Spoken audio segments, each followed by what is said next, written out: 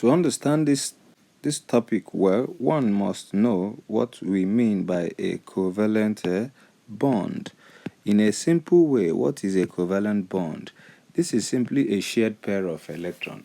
So, shared pair of electrons between two atoms is simply called a covalent bond, as you can see here. So, even carbon to hydrogen is a covalent bond. Here, carbon to chlorine, still covalent bond.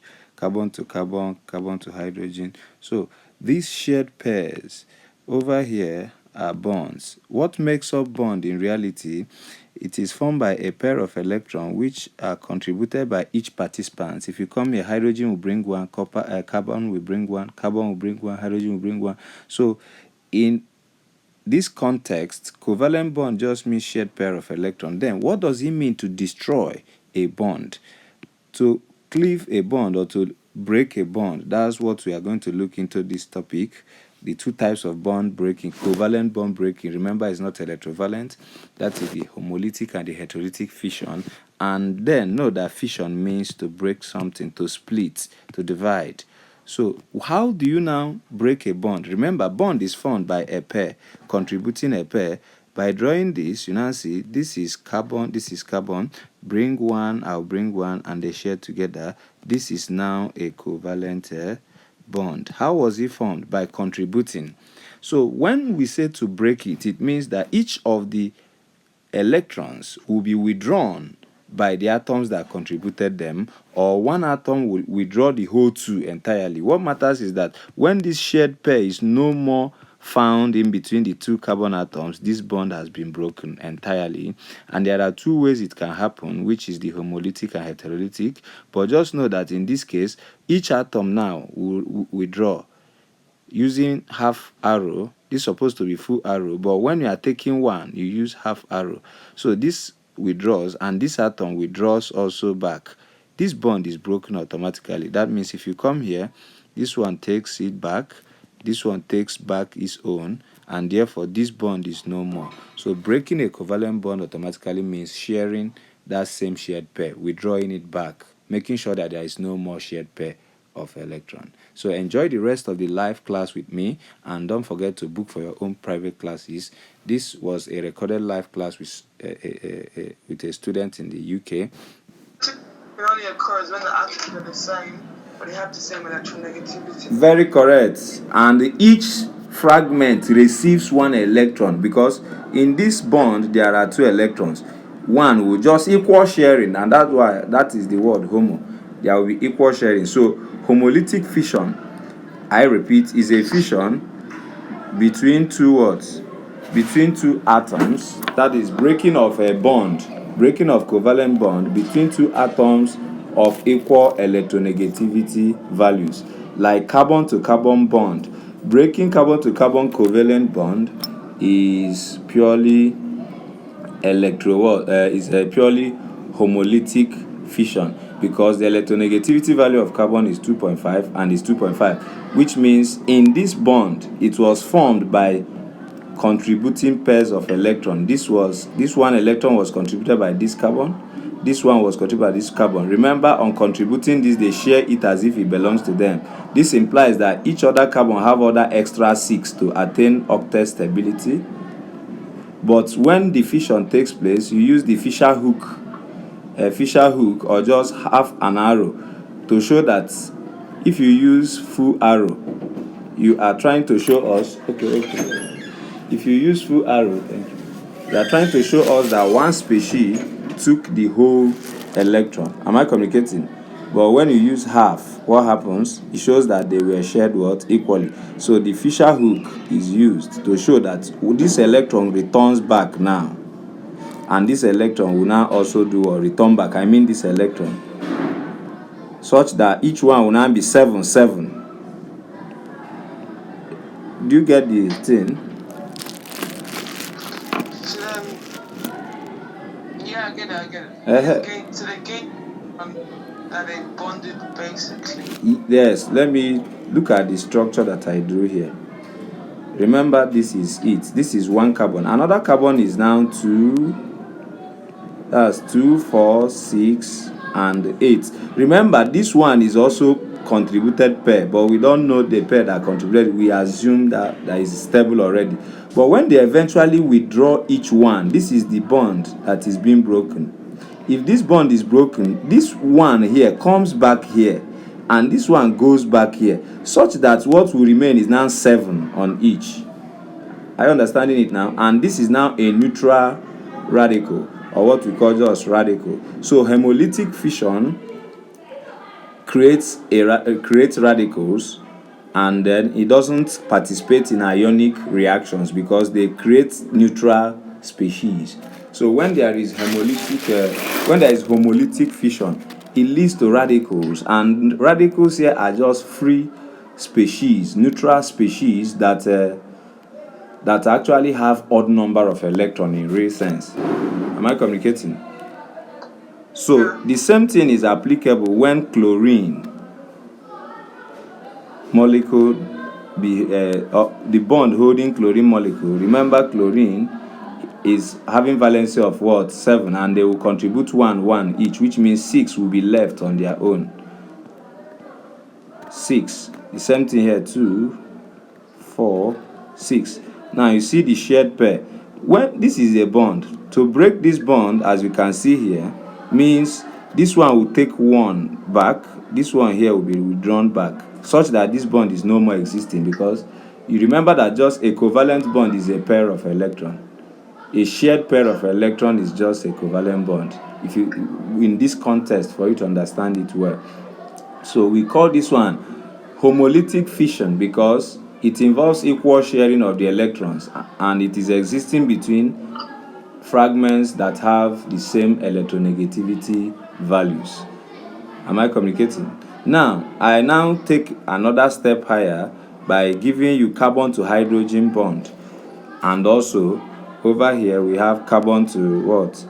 Carbon to chlorine. Now, from the figures, you see how I showed the electronegativity value. This place is carbon to chlorine. The electronegativity value of carbon we already know is 2.5. That of chlorine is 3.0 assigned.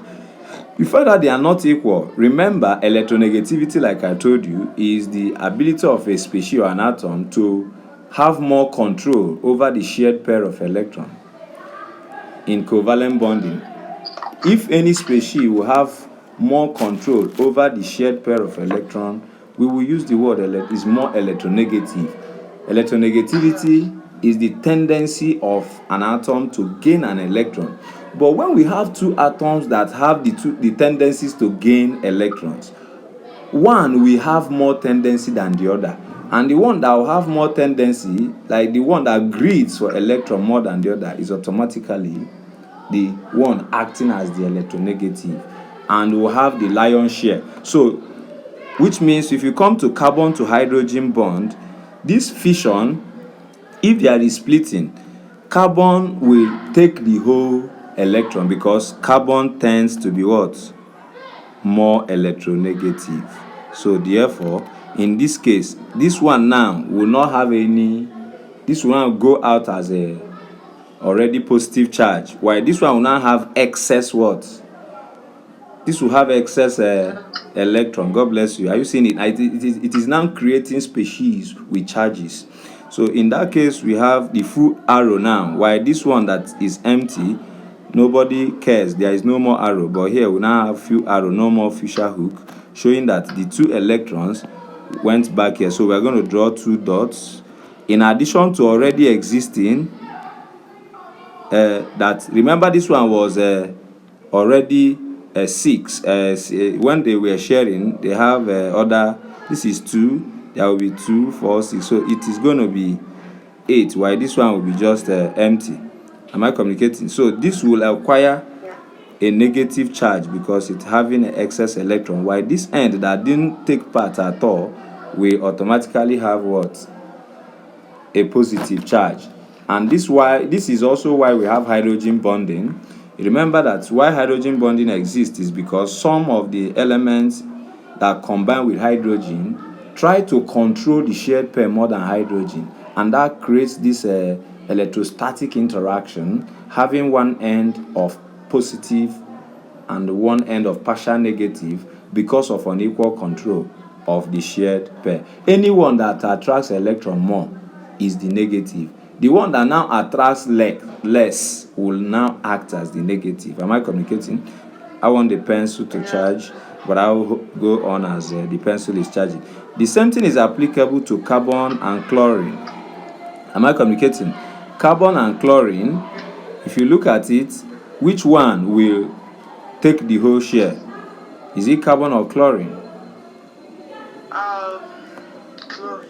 Very correct, because it is more electronegative. So we use full arrow to take it back to chlorine. And remember that in that we will draw the structure and know how many. Of course, here there is already 2, 4, 6, 8 remaining. So the it will carry the whole electron back, which means it's supposed to have 7 electrons to match with the proton in the nucleus. Like, do you understand what I'm saying? Like, there are 7 electrons in the outermost shell of chlorine now, but when it now take extra electron to make itself 8, remember, it's not being shared by anything. It is having excess electron. Therefore, this one will now become what? Positively what? Charged. That's the little that I've charged. This one will be purely this way. And remember, initially what they have was 2, 4, and then 6. Then this one takes the 8 again, while this will now be what? 2, 4, and just 6. Is now deficient in electron. This one is now deficient in electron, and we can call this cation carbon cation. This is negatively charged now. The chlorine will be negatively charged, while the carbon will be positively charged, and the positively charged carbon is called carbon cation. Carbon what? Cation. This thing I'm teaching is what will give you the edge over understanding electrophilic substitution and nucleophilic. Okay, I think we have done justice to heterolytic fission. So this type of fission is what? Heterolytic. While this one is this is also heterolytic. And the heterolytic fission, this should be the carbonium ion. So the heterolytic fission creates charged ions. It leads to formation of ions on no more radicals. Am I communicating? And the charged ions here will have even number.